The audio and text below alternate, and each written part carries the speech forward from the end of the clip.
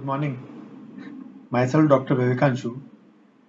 Today we will discuss about toxic herpetology. Welcome to the Indian Society of Toxicology YouTube group. So, what is forensic toxicology? Forensic toxicology is the branch of toxicology that deals with the criminal use of the poisons and the investigation and detection of such criminal use. Herpetology, it derives from the Greek herpeton, means reptile or creeping animal. Herpetology is the branch of zoology concerned with the study of amphibians, including frogs, toads, salamanders, newts, caecilians, and reptiles, including snakes, lizards, turtles, terrapins, tortoises, and crocodilians. Now, when we say about toxic herpetology, it means which are poisonous or venomous, the frogs which are poisonous, and the snakes which are venomous. So, we'll try to discuss about them. Now we know that rainy season is prone for bites and stings, and this is the rainy season in which we get a lot of snake bites. It is according to the Toxic and European Society of Toxicology. It is from July to September. It is a high time when we get a lot of snake bites, and lot of snake bites causes venomous snake bites causes mortality also. So in bites and stings, they are not only snakes; they are scorpions can sting as well as the ticks, mites, and the bee and wasp. And even in the seaside, there can be stingray or jellyfish. And in our homes, sometimes there can be spider bites can be there. And if it is venomous, then there are black widow spider bites. But today we will focus today on herpetology because snakes are one of the most common causes of venomous bites. And why do the snakes come out in this rainy season? Because it is because due to the soil pits and the rat holes in which they live, they are filled up with water, and that causes flooding of their homes. So they come out, they migrate from their place of living to our homes to find a place of seclusion to save themselves from their predators, the kites. So they want to save themselves and they come to uh, hide in our huts, or sometimes in the forest we go and we get bitten by them. So we will focus today on how do we identify what are the venomous snake bites. The common fours are the cobra, the viper, the krait, and pit viper. Now, criminal poisoning with venomous snake has been reported with the cobra, that is the double murder of a couple, the husband and wife were killed for property by their siblings, in which they were forcefully bitten in a taxi by a cobra kept inside in the forest. Then there was another case which is famous case in history. It is Egyptian cobra, which is Cleopatra's suicide. And there is one case of female child infanticide also, in which three children were killed by their father by using Egyptian cobra to make them bite. Then there is Mamba, the African cobra. Then Crate, which is the favorite of the snake charmers. They carry it with them and pretend to it to be a red snake. And sometimes people get bitten by them accidentally. Then the coral snakes. Then there are African bloomsang snake, which is cause of one of the scientists who was a herpetologist death. We will discuss about in detail. Then rattlesnake, the American viper. The case of murdering wife by drowning after snake bite for insurance claim fraud. Then the Russell's viper. The recent murder controversy which came when the wife was attempted to be killed by her husband twice by a snake bite. First a cobra and then a viper. Then there are non-venomous snakes which can kill the constricting reptiles, that is the boa, the anaconda, and the python. So, venomous snake bite needs to be understood. Now, there is a trinity principle in the toxicology. Not everything which is poison is a venom. Not everything which is drug of abuse is venom, and not every poison is drug of abuse. So all are toxic. Either they are drug of abuse, they are poisons, or they are venoms. So you have to understand the difference. Most of the poison toxins which comes, they are from poisonous plants, and most of the venoms come from the venomous animals. So venom needs to be injected, while poison can be ingested, injected, inhaled. And drug of abuse, they are abused by different route, inhalation as well as insufflation and ingestion also. So what is the difference? When we say poisonous, when is venomous? So poisonous means you're eating anything, eating poisonous fish, frog, mushroom, stale food in midday meal, school students, whose tragedy, by drinking the methanol containing alcohol or the rave parties, sometimes the drug of abuse. So it becomes poisonous. While bites and stings, they are injecting the venom in their bites or stings, like the snake bite, the scorpion sting. So they become venomous. So that is the basic difference we need to remember. Now we have to understand why the snake bites or stings. Now we can classify according to the zoology. We can classify the venomous animals into the predators and the prey, or by the classification with the principles, it is the vertebrates or the invertebrates. So most of the vertebrates are predators and most of the invertebrates are the prey. So venomous vertebrates are mostly predators and use the venom to paralyze their prey so that they can eat it without any resistance from prey. And it paralyzes, and the paralytics prevent the prey from running away from the predator. So vertebrates, the purpose of the venom is to paralyze and eat their prey. So it can be prey, it can be vertebrate also. So most of the vertebrates, like a snake, it is biting the rat and eating it. So the venom which is injected by the snake, it will not be venomous for the snake itself when it ingests it, because it is a protein, it will be digested by the digestive juices. So venomous snake bite to the rat will kill the rat, but it will eating by the snake of the same rat will not kill the snake. Then there are invertebrate venomous organisms like the spider, the scorpion. They have the poison to defend themselves from the predators because they are very small in size. So they want to save themselves. So they irritate their predators to avoid eating them and create the self-defense mechanism for them. So it is a mechanism of self-defense in invertebrates. The poison, the venom is for defense. So it irritates. So how do we classify it? Accordingly, vertebrate bites, they are the sympatholytic, the paralytics, like the snake bites, cobra and crate, they are neurotoxic.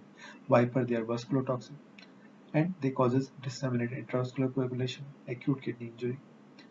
The rattlesnake vipers, the coral snakes, and then the venomous lizards, the Gila monster, which is neurotoxic, equivalent to the rattlesnake. So these are neuroparalytic. They paralyzes the prey. Their purposes, and so the sympatholytic toxidrome will be visible in the features of a person bitten by a vertebrate bite. While invertebrates, they are the irritants, the arthropods. They are the sting, they are stimulants.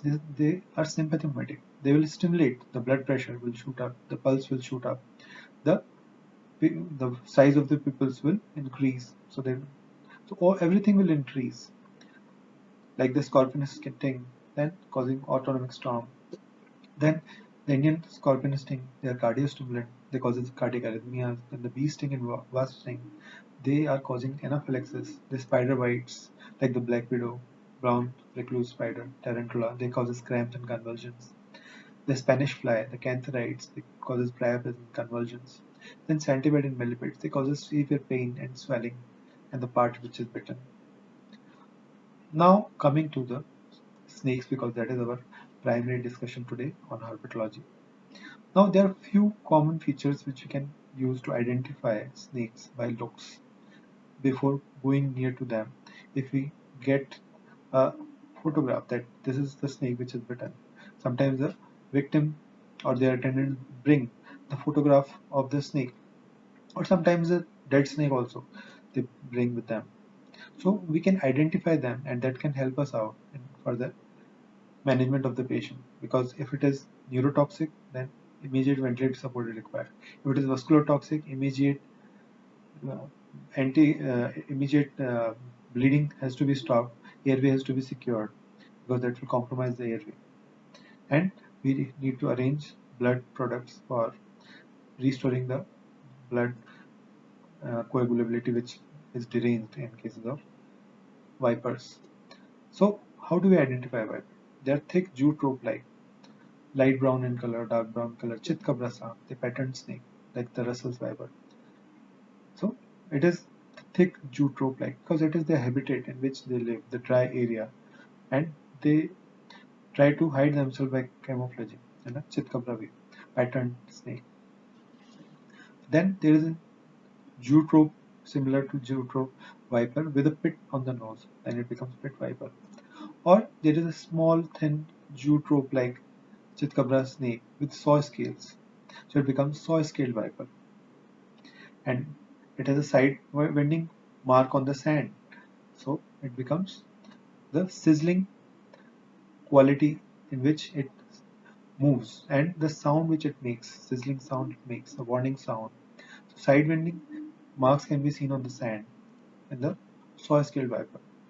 Then the rattlesnake, which is large viper, which is in America.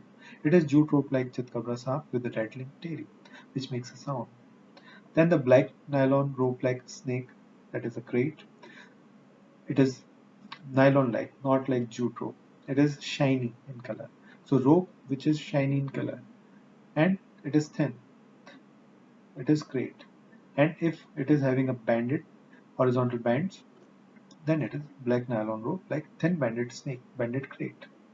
Then there is waist belt like black appearance with hood just like hook in a belt, like cobra.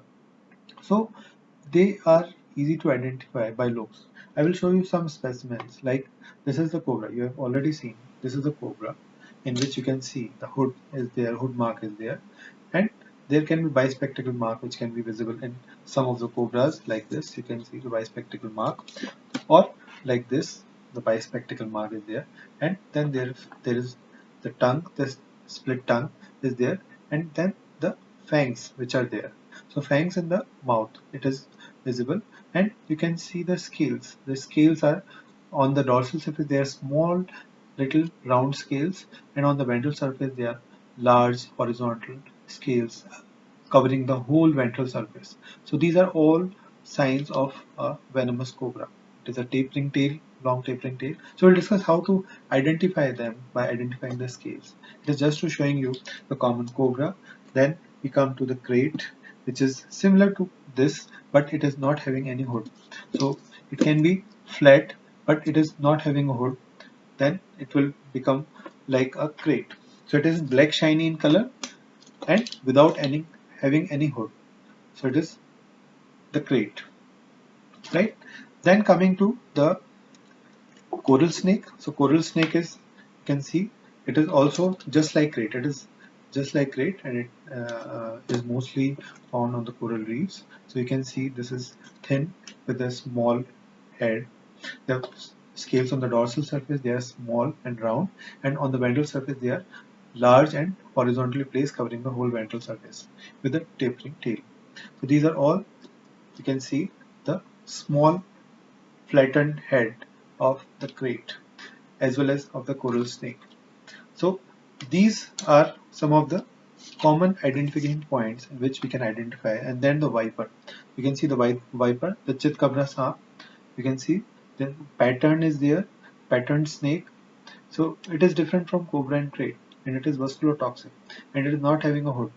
And the, you can see it can open its mouth widely, so its fangs can be folded. So they are hinged fangs which are found in viper, right?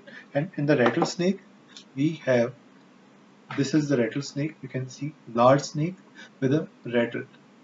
So large snake chitkabra सांप, and you can see the triangular head and the small scales on the dorsal surface, and the large scales which are on the ventral surface, which are horizontally covering it, and there is a rattling sound which comes from the snake. So that is how we can easily identify by our vision. These are the common findings which can help us out in differentiating what can be the snake, right?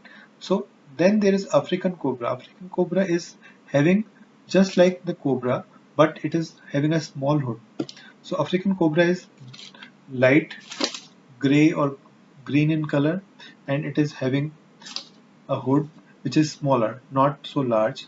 Hood is there, and the mouth is black. So that makes the difference. The mamba, the African cobra, it is a small hood with black mouth inside, grey body, ventral scales. The scales you can see, the ventral scales are there which are horizontally placed, and it has the eyes are large. Eyes of the African cobra is large.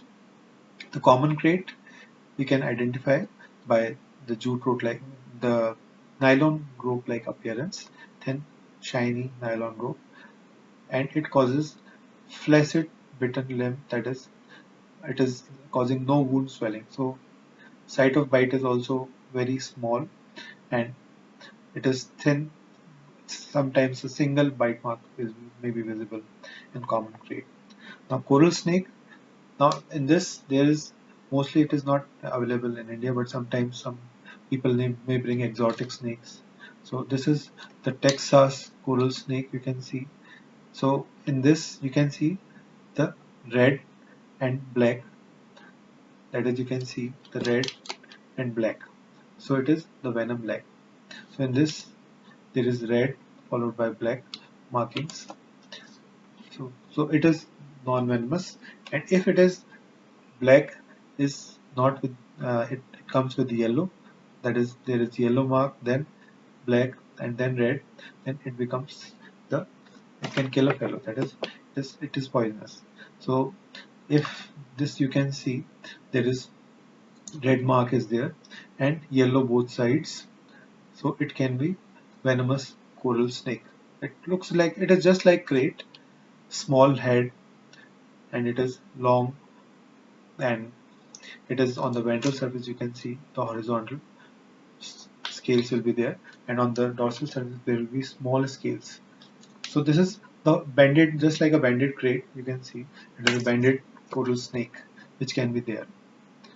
Now coming to the vipers. Vipers, they look dull brown with dried branches. They are trying to imitate camouflaging to hide themselves from the predators. So they're designed, they are naturally designed to save themselves from their predators. Then there is diamondback rattlesnake we were discussing. So diamondback means there is a diamond shape. You can see this. This is diamond shape.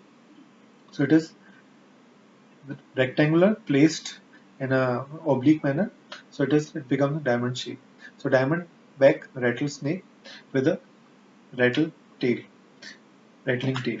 So the sound of the rattling tail is not like this rattle which we play in our childhood. It is the rattling sound of snoring which occurs when the snake bites and it causes laryngospasm to us. But the rattling sound of the snake comes like this.